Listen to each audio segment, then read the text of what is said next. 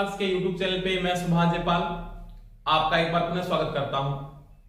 दोस्तों, अपने जो इलेक्ट्रिक थ्योरी का क्लास को स्टार्ट किया था, आज अपनी उसकी नेक्स्ट क्लास स्टार्ट करेंगे। टॉपिक चल रहा था डीसी का जनित्र। क्या चल रहा था दोस्तों? डीसी जनित्र।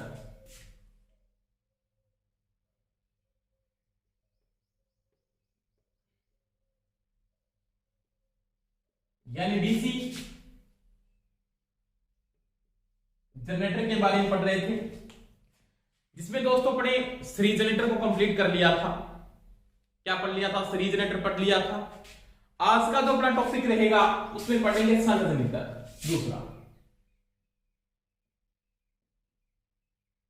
शंट जनरेटर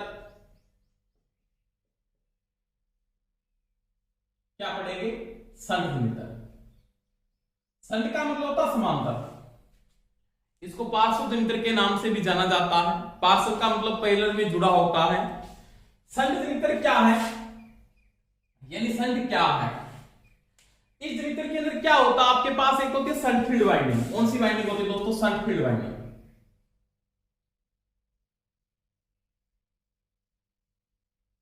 ये वाइंडिंग है, मान लीजिए। इसका नामांकन शंट फील्ड का होता है E1 E2 से। इसके समांतर क्रम में, इसके बिल्कुल समांतर क्रम के अंदर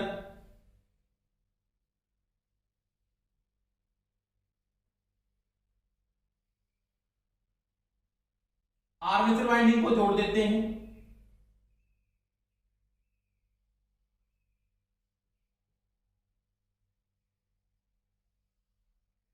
इसका नामांकन होता है A1 A2 से। अभी देखो, इस कंडीशन में मैं ये नहीं बता सकता कि डीसी का जनरेटर है या डीसी की मोटर है। दोनों में कोई डिफरेंस नहीं होता वैसे तो, परंतु अपने क्या करेंगे, धारा की दिशा को देखकर आप बता सकते हैं कि मोटर है, जनरेटर यानी करंट यहां से क्या जाएगा बाहर। इसका मतलब ये डीसी का क्या है? जनरेटर है।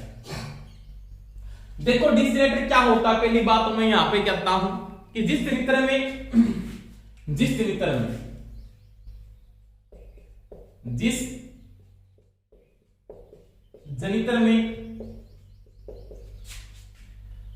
शंट फील्ड या शंट कुंडलम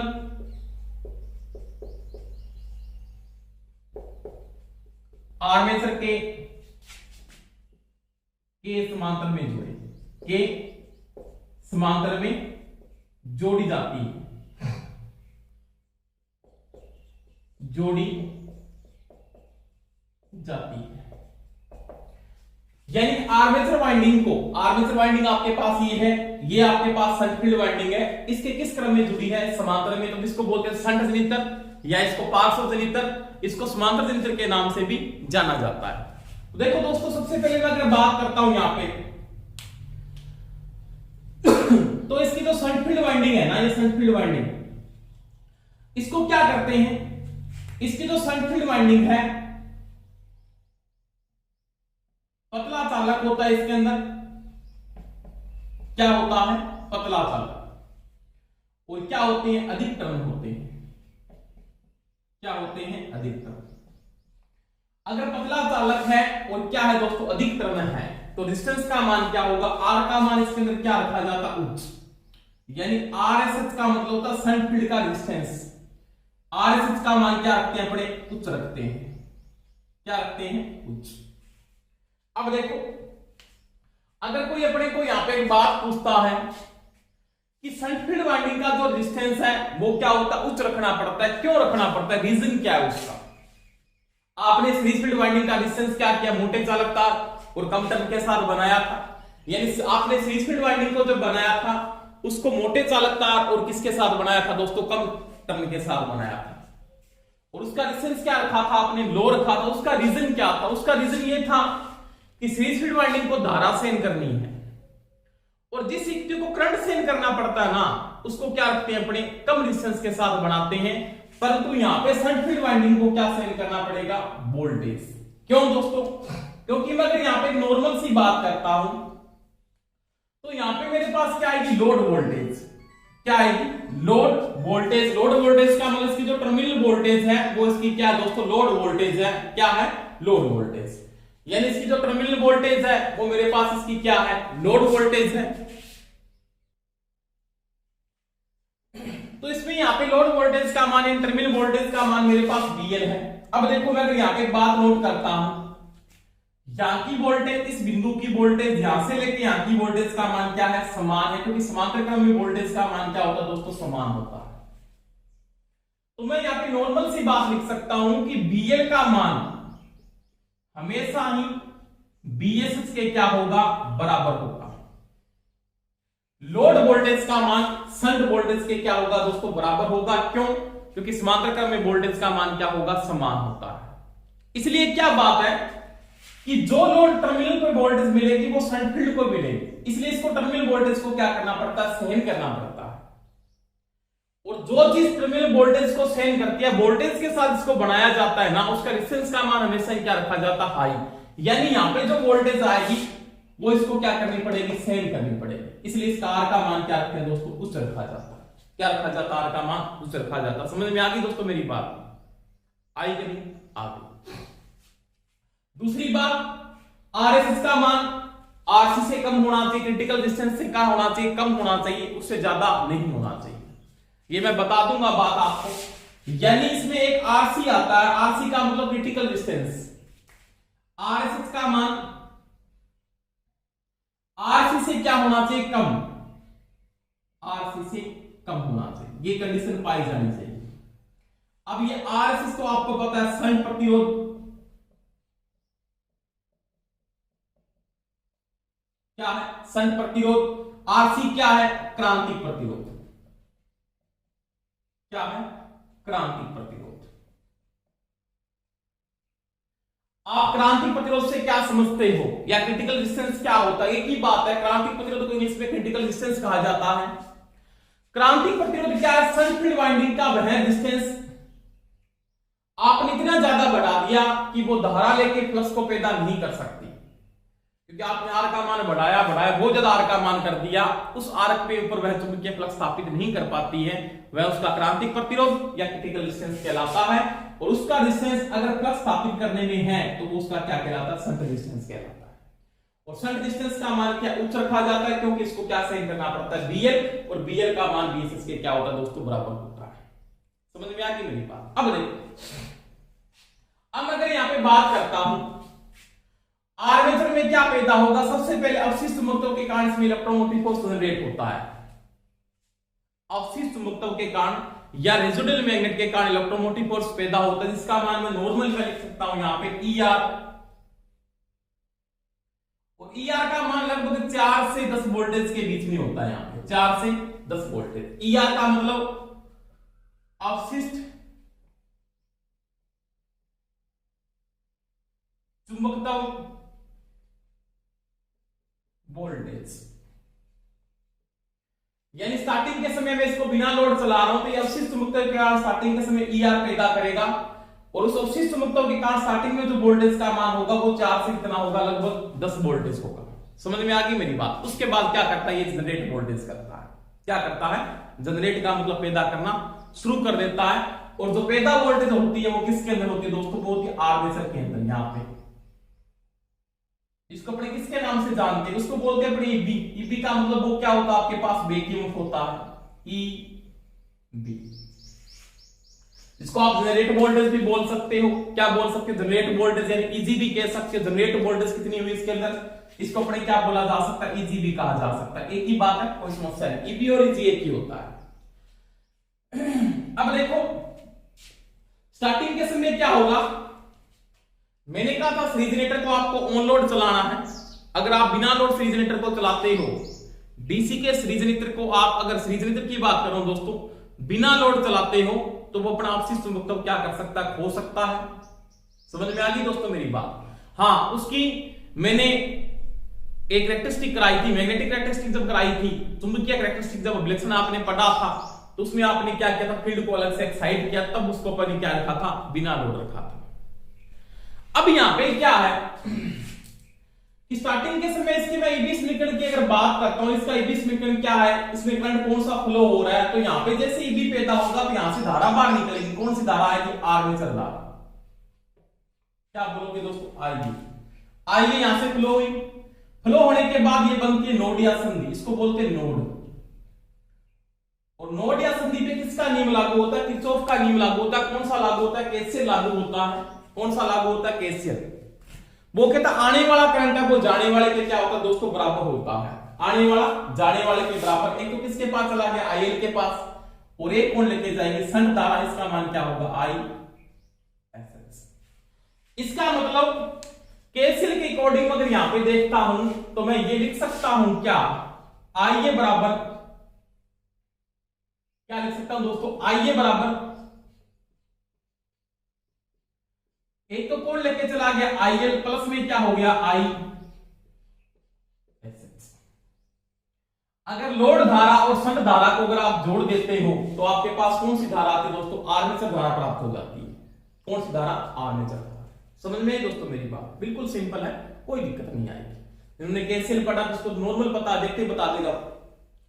मैंने केसीएल और केबीएल तो बहुत कराई है, नोडल एनालिसिस भी करवाया है, मेश एनालिसिस भी करवाए हैं आपको, थेवेनिन थ्योरम भी करवाई है। जब आप प्लेलिस्ट खोलोगे ना, यूट्यूब की प्लेलिस्ट खोलोगे तो सारे के सारे मैंने थ्योरम आपको करवाई हुई है पीछे डीसी थ्योरी के अंदर, तो वहां पे जाके आप देख सकते हो। कोई समस्या आ रही है तो। अब देखो दूसरी बात, अगर आपको संट की धारा यहाँ पे पता नहीं है तो आप संट की धारा निकालने का तरीका आपको पता है। आई बराबर ओम्स लॉ क्या बोलता है, आई एस एच बराबर मैं लिख सकता हूं बी एस एच बटा में आर एस एच। समझ में आ गई दोस्तों मेरी बात। ये भी लिख सकता हूं ना, आई एस का मान किसके बराबर है, इसकी बी एस बटा आर एस, और बी एस का मान किसके बराबर है, बी एल के बराबर है। और मैं यहाँ पे ये भी लिख सकता हूं कि बी एस का मान किसके बराबर, उसमें कोई समस्या नहीं है, बिल्कुल आपको पता है, आई एस एच इंटू में आर एस एच। तो ये दोस्तों आपका क्या होगा, बी एस एच होगा। क्या होगा, बी एस एच होगा। अब देखो यहां पे ईबी पैदा हुआ, जनरेट वोल्टेज में यहां पे क्या हुआ, इजी जनरेट वोल्टेज हुई या बेकीमुख यहां पे पैदा हुआ आर्मेचर के अंदर। क्या आपको बेकीमुख लोड के बराबर हो सकता नहीं, जनरेटर में कभी नहीं होगा। जनरेटर में मैंने आपको रूल बता रखा है, ईबी ग्रेटर देन होता है किससे, बीएल से।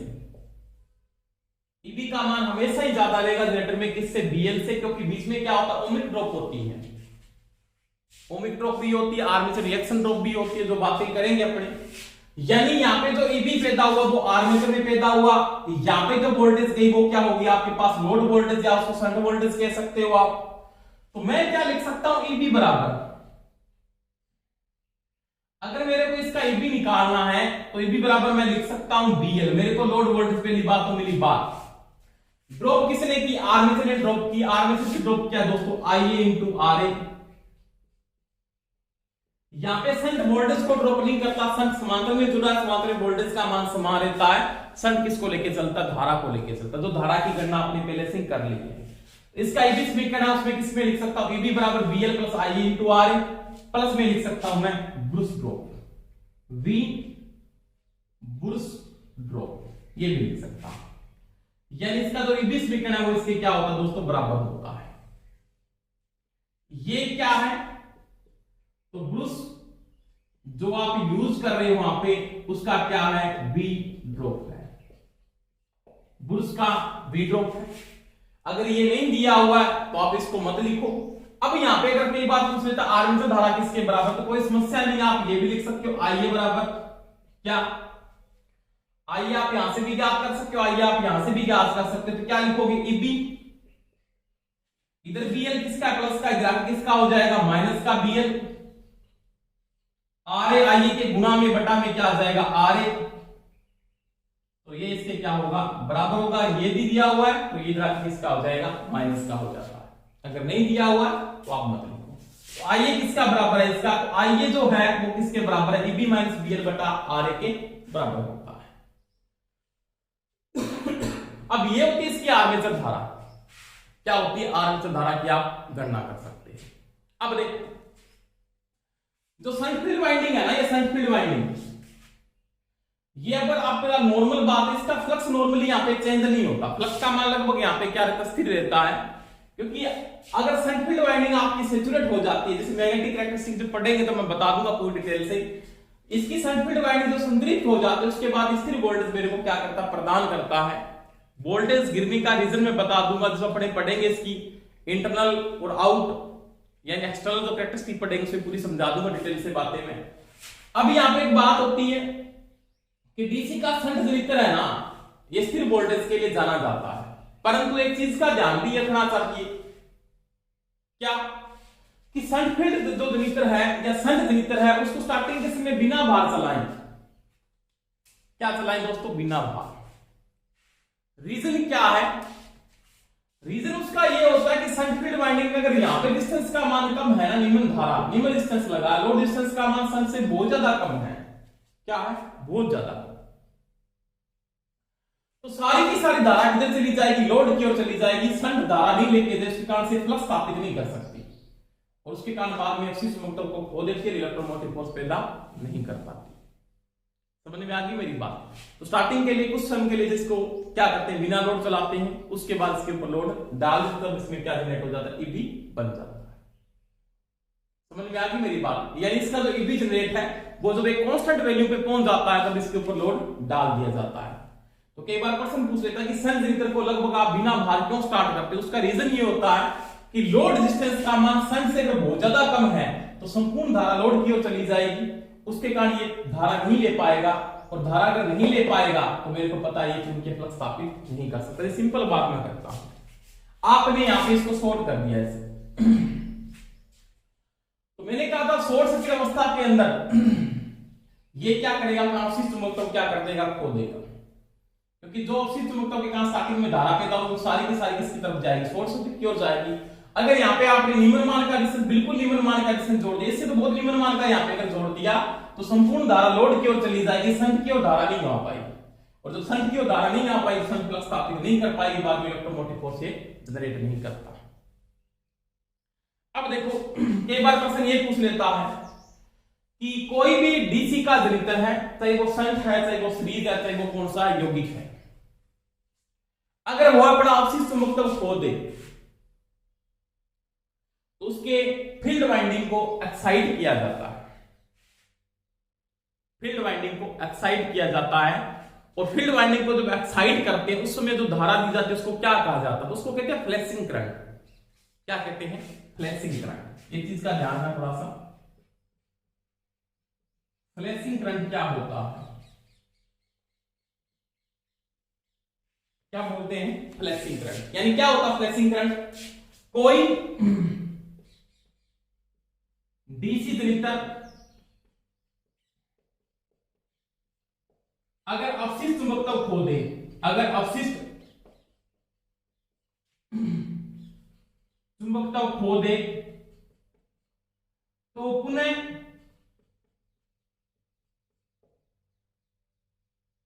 अवशिष्ट चुंबकत्व प्राप्त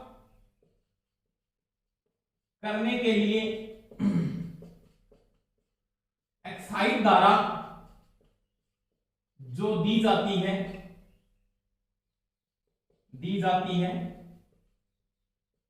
उसे फ्लैशिंग करंट कहते हैं। क्या कहते हैं? फ्लैशिंग करंट कहते हैं। ये चीज का भी ध्यान रख लेना, प्रश्न पूछ सकता अपने को वो ऐसे कि कोई भी डीसी का जनित्र है, उसने अपना अवशिष्ट चुंबकत्व खो दिया है। क्या कर दिया? अवशिष्ट चुंबकत्व खो दिया। उस अवशिष्ट चुंबकत्व को पुनः प्राप्त करने के, जिस सिलेंडर ने अवशिष्ट चुंबकत्व खो दिया, चाहे ओवरलोड के कारण खो दिया, ओवरलोड का मतलब अति भार के कारण खो दिया या शॉर्ट सर्किट के कारण खो दिया। समझ में आ गई मेरी बात? या मैंने बताया था 3 कारण हो सकते हैं अवशिष्ट चुंबकत्व खोने के, ओवरलोडिंग हो सकता है, शॉर्ट सर्किट हो सकता है, और क्या हो सकता है? अधिक तापन हो सकता है, ओवर हीटेड हो जाना।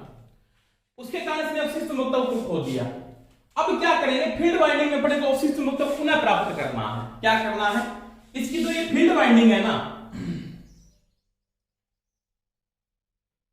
इसकी ये मान लीजिए फील्ड वाइंडिंग है, इसको फील्ड वाइंडिंग को पुनः मेरे को क्या करना? एक्साइट करना है। क्या करना दोस्तों? एक्साइट करना।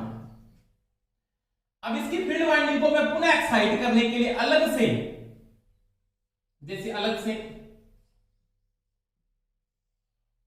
डीसी की बैटरी लगा दी मैंने, अलग से एक्साइट किया है, अलग से एक्साइट किया है, एक्साइटेड।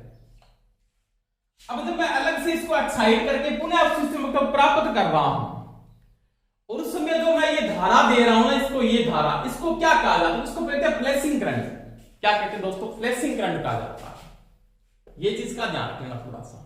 यानी प्रश्न में ये पूछ सकता है, कोई भी डीसी का जनरेटर अगर अवशिष्ट चुंबकत्व को खो देता है और उस अवशिष्ट चुंबकत्व को प्राप्त करने के लिए पुनः जो धारा दी जाती है, उस धारा को क्या कहा जाता है? उसको कहते हैं फ्लैशिंग करंट। क्या कहते हैं? फ्लैशिंग धारा कहा जाता है।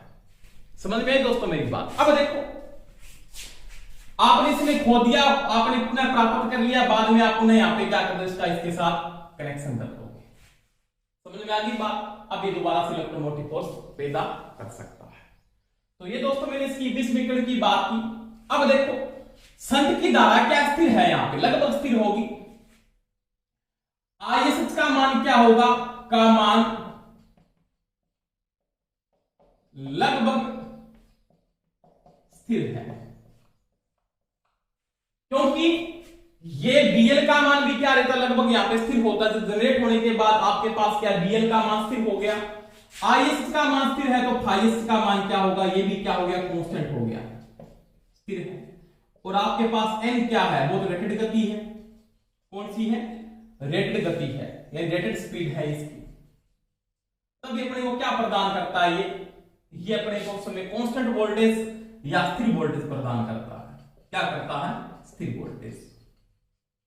इसलिए कहा जाता है कि डीसी का शंट जनरेटर स्थिर वोल्टेज के लिए जाना जाता है। नो लोड से पूर्ण लोड तक लगभग वोल्टेज का मान स्थिर रहता है, तो थोड़ा सा इसका ग्राफ गिरता है, उसका मैं रीजन बता दूंगा, आगे पढ़ेंगे जब अपने इसकी जो आप एक्सटर्नल कैरेक्टरिस्टिक पढ़ोगे ना, तो मैं बता दूंगा वोल्टेज गिरने का रीजन क्या है, उसकी मैंने बातें करेंगे वहां पे। स्थिर वोल्टेज के लिए जाना जाता है। दूसरी बात, इसका जो उपयोग होता है वो अधिकतर क्या करते हैं? बैटरी चार्जिंग में किया जाता है इसका उपयोग। बैटरी चार्जिंग में ज्यादा इसका उपयोग करते हैं। बैटरी चार्जिंग में इसका उपयोग करते हैं। कई जगह इसमें क्या करते हैं? उत्तेजक के रूप में भी किया जाता है, एक्साइटर के रूप में भी, उत्तेजक के रूप में भी इसका उपयोग किया जाता है। तो ये दोस्तों डीसी जनरेटर की, डीसी के शंट जनरेटर की नॉर्मल बातें मैंने की कि बिल्कुल सिंपल टॉपिक है ये। उसके बाद अगर मैं इसका 20 मीटर के साथ क्वेश्चन की बात करता हूं, किस प्रकार से न्यूमेरिकल पूछ लेता, वो देखो आराम से, कोई समस्या नहीं आनी चाहिए आपको। देखो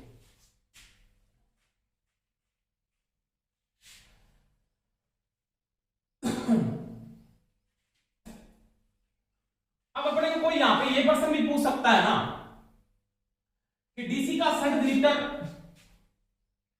अगर रनिंग अवस्था में है, उसकी शंट फील्ड वाइंडिंग अगर ओपन हो जाए, क्या हो जाए? ओपन या शॉर्ट हो जाए तो क्या होगा?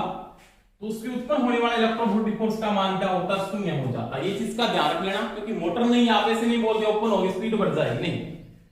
इसकी रेटेड गति होगी, प्राइम मूवर स्पीड को कंट्रोल कर रहा है। गति का जो रीजन चलेगा वो मोटर में चलता है, क्योंकि जो घूमने वाले पार्ट है मोशन तो देगा अपने को, गति जो देगा वो मोटर देगी।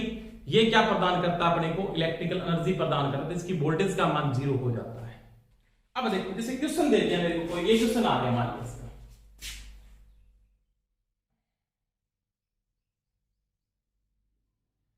ये इसकी दोस्तों शंट फील्ड वाइंडिंग है।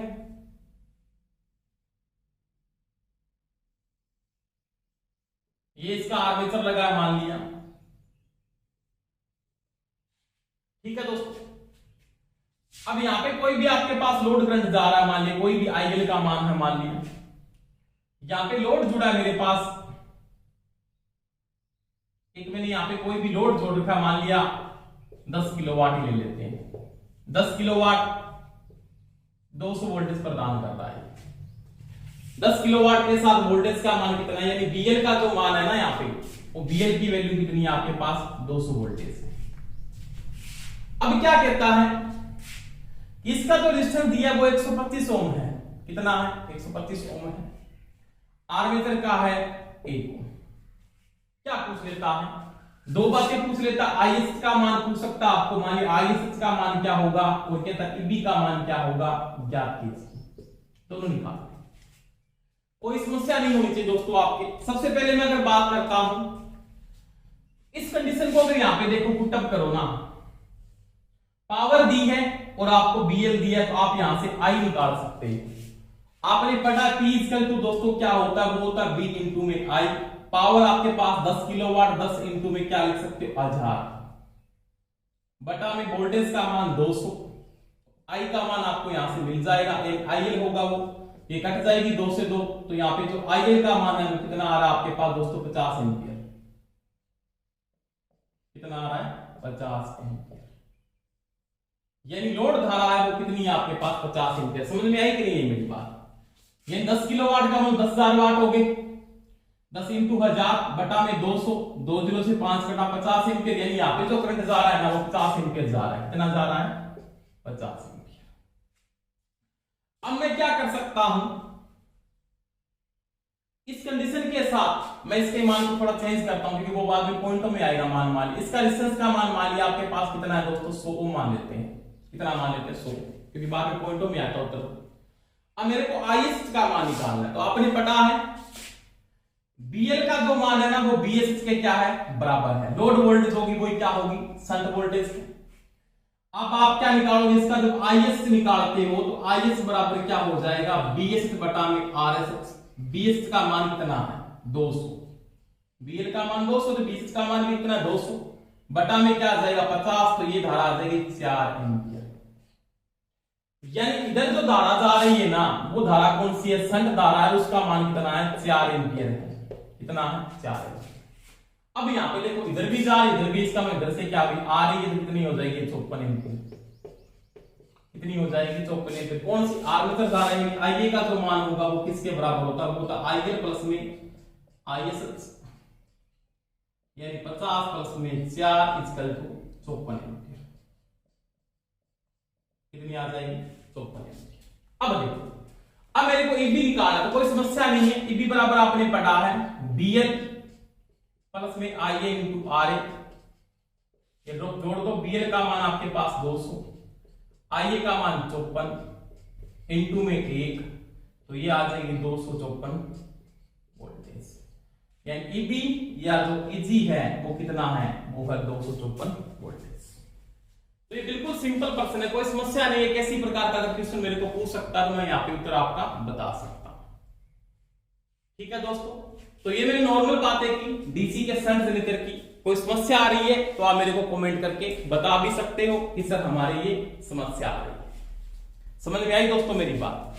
तो ये मैंने बात की डीसी के शंट जनरेटर की। अब इसके अभिलक्षण के बारे में पढ़ते हैं कि इसके कौन कौन से विलक्षण है और कैसे वो काम करते हैं। अब देखो डीसी के शंट जनरेटर के अगर विलक्षण की मैं बात करता हूं, विलक्षण का मतलब पढ़ेंगे अपने सबसे पहले इसकी मैग्नेटिक कैरेक्टरिस्टिक, उसके बाद पढ़ेंगे इंटरनल कैरेक्टरिस्टिक और उसके बाद पढ़ेंगे एक्सटर्नल कैरेक्टरिस्टिक। 3 बातें हैं, इस प्रकार से सीरीज में पढ़ा उसी प्रकार से पढ़ेंगे। यानी डीसी टॉपिक क्या चल रहा था, डीसी जनरेटर चल रहा था भाई। डीसी जनरेटर के अभिलक्षण,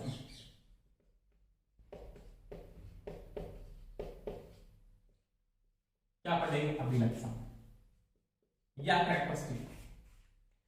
सबसे पहले जो बात करूंगा ना मैं, इसका पढ़ेंगे चुंबकीय अभिलक्षण। चुंबकीय अभिलक्षण के बारे में बात करेंगे, इसको बोलते हैं मैग्नेटिक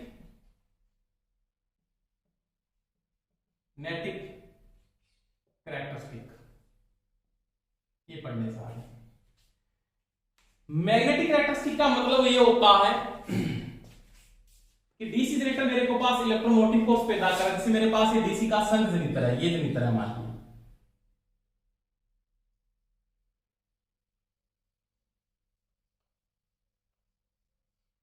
यहां पे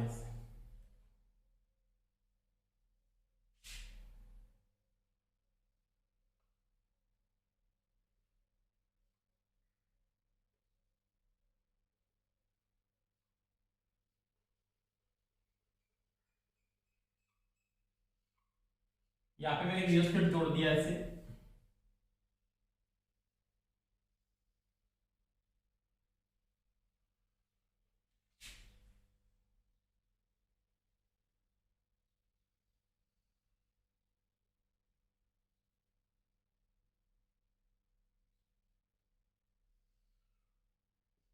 ये आर्मेचर आपका, ये स्विच मान लिया और ये रियोस्टेट लगा हुआ है, इसका नाम होगा E1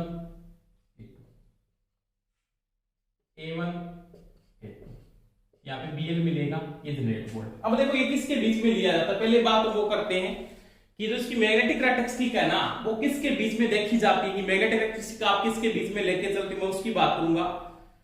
और इसका जो चुंबकीय विलक्षण है ना उसमें सिंपल सी बात है, आप क्या करोगे, फील्ड के श्रेणी क्रम में क्या जोड़ दोगे, रियोस्टेट को जोड़ दोगे, किसको जोड़ दोगे, रियोस्टेट को। और यहाँ पे मैं शंट की धारा को क्या करूंगा, चेंज करूंगा। यानी मैग्नेटिक कैरेक्टरिस्टिक किसके बीच में लोगे आप, तो वो ISH व E के मध्य, E का मतलब इलेक्ट्रोमोटिव फोर्स जो जनरेट हो रहा है। अब देखो सबसे पहले मैंने स्विच को क्या कर दिया, ऑन कर दिया। करने के बाद क्या हुआ, इसकी मैं नॉर्मल कैरेक्टरिस्टिक के बारे में बात करता हूं तो ये तो मेरे क्या होगी, इस अक्ष पे कौन आएगा, y अक्ष पे क्या लेके चलूंगा, E को।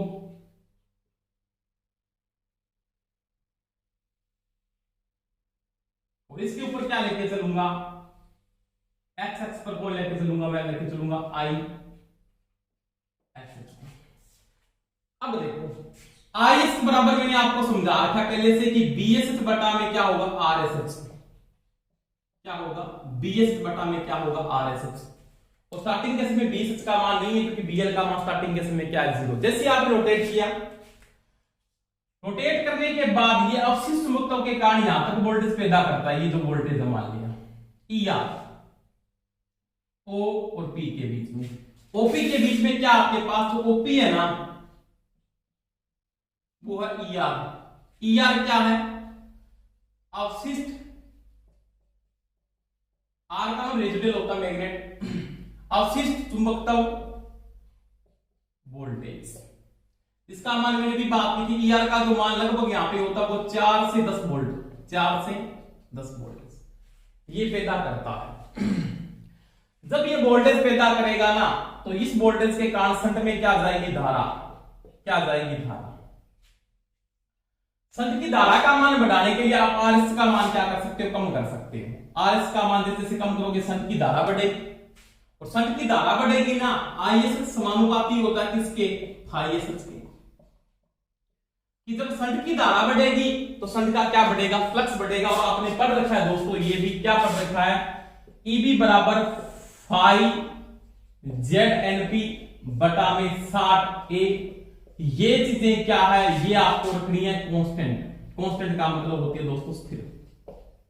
और n इसका उसमें क्या होगा, जो n है वो होनी चाहिए रेटेड गति या निर्धारित गति, निर्धारित गति।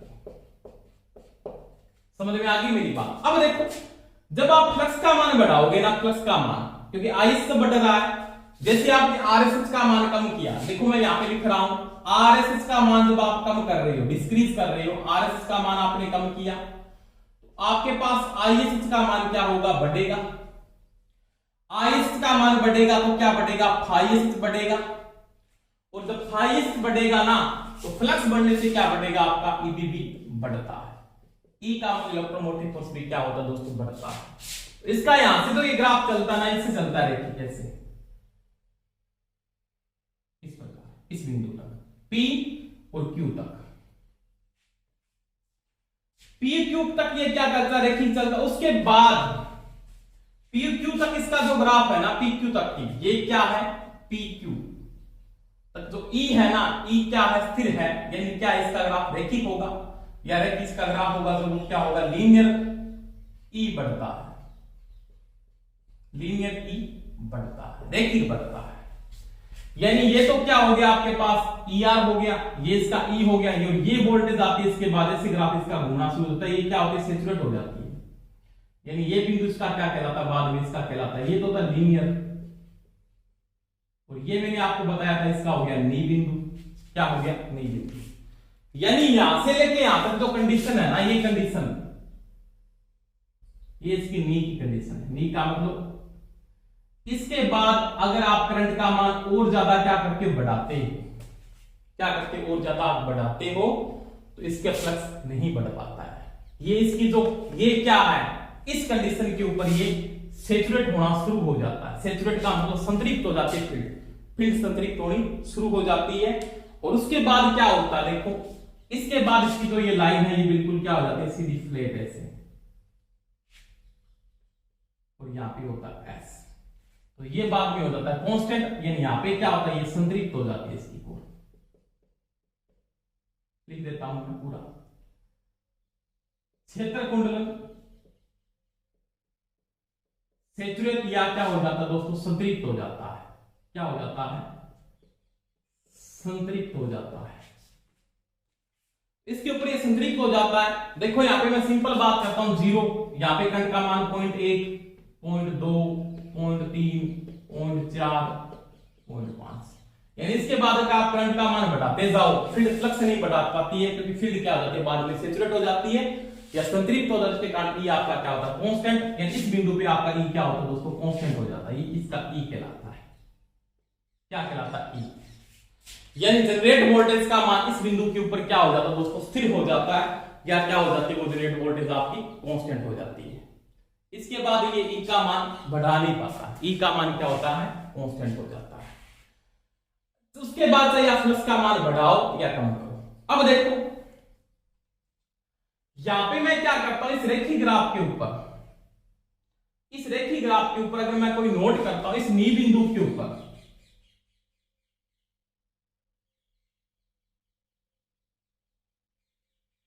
इस नी बिंदु के ऊपर मान लिया लगभग 3 मान लेते हैं, 0.3, और यहां पे जो इलेक्ट्रोमोटिव फोर्स जो पैदा करता है ना, मैक्सिमम नी बिंदु के ऊपर 300 वोल्टेज बढ़ाता है मान लिया, और इस समय आईएस का मान मैं क्या लेके चलता हूं, 0.3 एम्पियर। तो ये इसका क्या सेचुरेट पॉइंट है, फील्ड का क्या सेचुरेट पॉइंट है, उसके ऊपर आप इसका आरसी भी निकाल सकते हो, क्रांतिक डिस्टेंस भी निकाल सकते हो। ये रेखिक लाइन के ऊपर इसका क्रांतिक डिस्टेंस भी आप निकाल सकते हो। तो यहाँ पे जो आरसी का मान होगा, आरसी का मतलब क्रिटिकल डिस्टेंस होता है, वो क्या हो जाएगा, ई बटा आई, ई बटा आई, यानी आरसी का मतलब क्या है, इसका क्रिटिकल जो डिस्टेंस है ना, क्रिटिकल डिस्टेंस की वैल्यू कितनी आएगी उसका मान आप वहां पे लिख सकते हो। आरसी का मान कितने आने वाला है उसका मान यहाँ पे आप लिख सकते हो, तो आरसी की वैल्यू आ जाएगी।